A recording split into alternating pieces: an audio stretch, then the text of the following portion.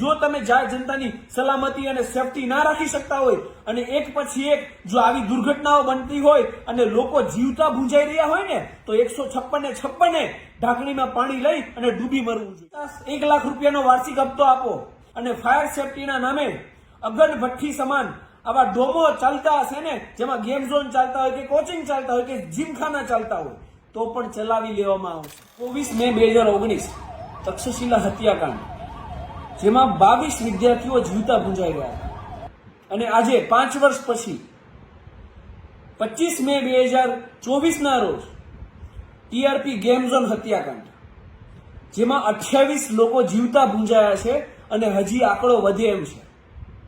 અને હું હત્યાકાંડ જ કહીશ, દુર્ઘટના ના કહી શકાય, કે દુર્ઘટના તો એને કહી શકાય જેની આપણને જાણ ના હોય।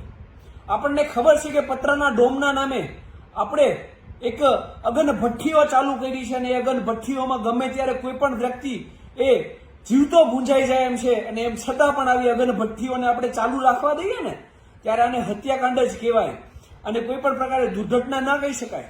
આ દુનિયામાં સૌથી પીડાદાયી કોઈ મૃત્યુ હોય ને તો એ મૃત્યુ છે આગથી અને એસિડથી જીવતા સળગીને મરવું।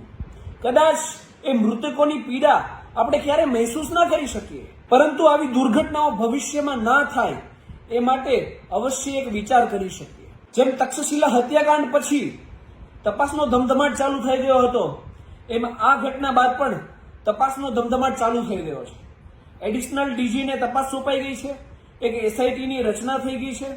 જેમ તક્ષશિલા વખતે એસએમસી ઓફિસર, ફાયર ઓફિસર, બિલ્ડરો, જે પણ કોચિંગના સંચાલકો હતા એ તમામ ઉપર ફરિયાદ થઈ હતી, એમ આ ઘટનામાં પણ તમામ ઉપર ફરિયાદ થશે એ સ્વાભાવિક છે।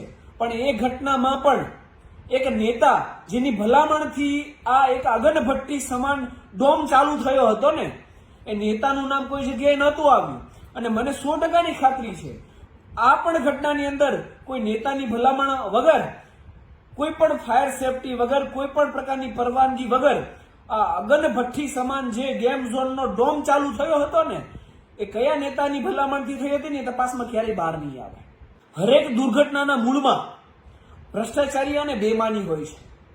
જે ફાયર સેફટી હોય, ચાહે ફૂડ સેફટી હોય, ચાહે રોડ સેફટી હોય કે અન્ય કોઈ પણ વસ્તુ હોય, અહીંયા એક પેટર્ન ચાલે છે ખાસ કરીને નગરપાલિકા, મહાનગરપાલિકાઓમાં કે તમે 25-50-1 લાખ રૂપિયાનો વાર્ષિક હપ્તો આપો, પછી ફૂડ સેફટીના નામે તમે ઝેર પણ લોકોને વેચશો તો ચાલશે, રોડ સેફટીના નામે મોટા મોટા ખાડાઓ રોડમાં હશે તો પણ ચાલશે, અને ફાયર સેફટીના નામે અગન ભઠ્ઠી સમાન આવા ડોમો ચાલતા હશે ને, જેમાં ગેમ ઝોન ચાલતા હોય કે કોચિંગ ચાલતા હોય કે જીમખાના ચાલતા હોય તો પણ ચલાવી લેવામાં આવશે। હરેક ઘટનાની મૂળમાં એ ભ્રષ્ટાચારી અને બેઈમાની હોય છે। અમે 156 આપીને તમને છૂટ્યા છે, એટલા માટે નથી છૂટ્યા કે તમે રોજ સવારે ઉઠીને રીબીનો કાપવા નીકળી જાઓ, આવા ગેરકાયદેસર ડોમોમાં તમે ભલામણો કરો, ત્યાંથી હપ્તા વસૂલી ચલાવો। બસ તમારે એક જ વસ્તુ કરવી છે, માઇક લઈને મોટા મોટા ફગાફુદ્દારી કરવાની। ટેક્સ આપીએ છીએ, વિકાસના કામો તો તમારે કરવાના જ છે, એમાં કોઈ ઓપ્શન નથી તમારી પાસે, પરંતુ એની સાથે સાથે તમે જાહેર જનતાની સલામતી અને સુરક્ષા માટે શું કામો કરી રહ્યા છો, બેઈમાની અને ભ્રષ્ટાચારીને નાથવા માટે તમે શું કામો કરી રહ્યા છો? કહીએ જ નહીં, શૂન્ય છો તમે એની માટે। અને જો તમે જાહેર જનતાની સલામતી અને સેફટી ના રાખી શકતા હોય અને એક પછી એક જો આવી દુર્ઘટનાઓ બનતી હોય અને લોકો જીવતા ભૂંજાઈ રહ્યા હોય ને તો 156 ઢાંકણીમાં પાણી લઈ અને ડૂબી મરવું જોઈએ। તમારી નૈતિક જવાબદારી છે કે તમે જાહેર જનતાની સુરક્ષા અને સલામતી રાખો અને બેઈમાની અને ભ્રષ્ટાચારી ઉપર અંકુશ ચલાવો। તક્ષશિલા હત્યાકાંડમાંથી તમે શીખ્યા નહોતા તો આ બીજો એક હત્યાકાંડ અમારી સામે આવે છે। તમે જાહેર જનતાની જીવની વેલ્યુનું કેટલું આંકલન કરી રહ્યા છો? અને મને તો શરમ આવે છે તમારી આ વાત જોઈને કે મૃતકોને તમે 4 લાખની સહાયનો લોલીપોપ પકડાવો છો। જ્યારે તમે વિકસિત દેશો હારે તમારી તુલના કરો છો, અમેરિકામાં જ્યારે કોઈ એક વ્યક્તિને 1 વર્ષની ખોટી સજા પણ થાય ને, નિર્દોષ હોય તો એને $50,000 સુધીનું કમ્પન્સેશન આપવામાં આવે, જે 50 લાખ રૂપિયા થાય 1 વર્ષની કિંમત।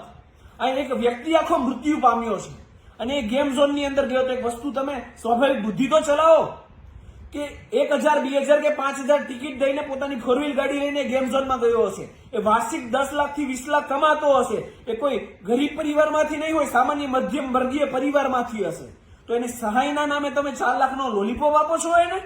વસ્તુ યાદ રાખજો, હું જાહેર જનતાને કહેવા માંગુ છું કે તમારા અને મારા જીવની કિંમત આ દેશની અંદર માત્ર ને માત્ર નોટ અને વોટ માટે છે. નોટ એટલે જે આપણે ટેક્સ ભરીએ છીએ એ, અને વોટ જે આપણે હમણાં કાસ્ટ કર્યો છે એ. વોટ તો આપણે આપી દીધો છે, એટલે કદાચ આમાં પણ કચાશ રહેવાની છે, કારણ કે જે સ્વાર્થ છે એ નીકળી ગયો છે. તમારા અને મારા જીવની કિંમત આ દેશની અંદર જ્યારે આવા બેઈમાન રાજકારણીઓ છે ને, ત્યારે તમારા અને મારા જીવની કિંમત માત્ર ને માત્ર એક કૂતરા અને બિલાડા જે જીવન જીવે છે ને એના જેટલી છે. જે મેં કૂતરું અને બિલાડું રોડ અકસ્માતમાં ગમે તે રીતે મૃત્યુ પામીને એની કોઈ નોંધ ના લે ને, એ રીતે તમે જીવતા ભૂંજાઈ જાઓ ને તોય તમને 4 લાખ રૂપિયાનો લોલીપોપ આપવામાં આવે છે. જેટલા લોકો આમાં ભોગ બન્યા છે ને એમને ન્યાય આ રીતે ના મળે. 4 લાખના લોલીપોપ આપવાથી એમને ન્યાય ત્યારે મળ્યો કે ભાઈ જ્યારે આમાં તટસ્થ તપાસ થાય, બેઈમાની અને ભ્રષ્ટાચારી જે આવી ઘટનાઓના મૂળમાં છે એમાં સંપૂર્ણપણે અંકુશ આવે. જે 156 ચૂંટ્યા છે ને 156 આ ભ્રષ્ટાચારી અને બેઈમાની કરવામાં નહીં પરંતુ એને નાબૂદ કરવામાં પોતાનો સહયોગ આપે ને, ત્યારે તેમજ જેમને 4 લાખ મળ્યા છે ને 4 લાખ નહીં 4 કરોડ ઓછામાં ઓછા એમને કમ્પન્સેશન રૂપિયા આપવામાં આવે. અને હરેક બેઈમાન પછી એમાં આ ઘટનામાં સામેલ કોઈ નેતા પણ કેમ ના હોય, જેને ભલામણ કરી હોય એને પણ આરોપીના લિસ્ટમાં નાખવામાં આવે ને, ત્યારે આ વિક્ટીમને સાચો ન્યાય મળ્યો કહેવાય. એટલે જનતાને જાગૃત થવાની જરૂર છે, નહીં તો આવી ઘટનાઓ બન્યા જ કરશે. હું 100%ની ખાતરી આપીને કહું છું કે તમારા અને મારા છોકરાઓ જો આપણે જાગૃત નહીં થઈએ ને તો ભવિષ્યમાં પણ આ જ રીતે આવી અગન ભઠ્ઠી સમાન પતરાઓના ડોમની અંદર જીવતે ભૂજાઈ અને મરી જશે, અને આ લોકોને કોઈ ફરક નહીં પડે. તેથી જાગૃત થાવ અને આવા બેઈમાનો અને ભ્રષ્ટાચારીઓ સામે અવાજ ઉઠાવો. જય હિન્દ, જય સંવિધાન, ધન્યવાદ.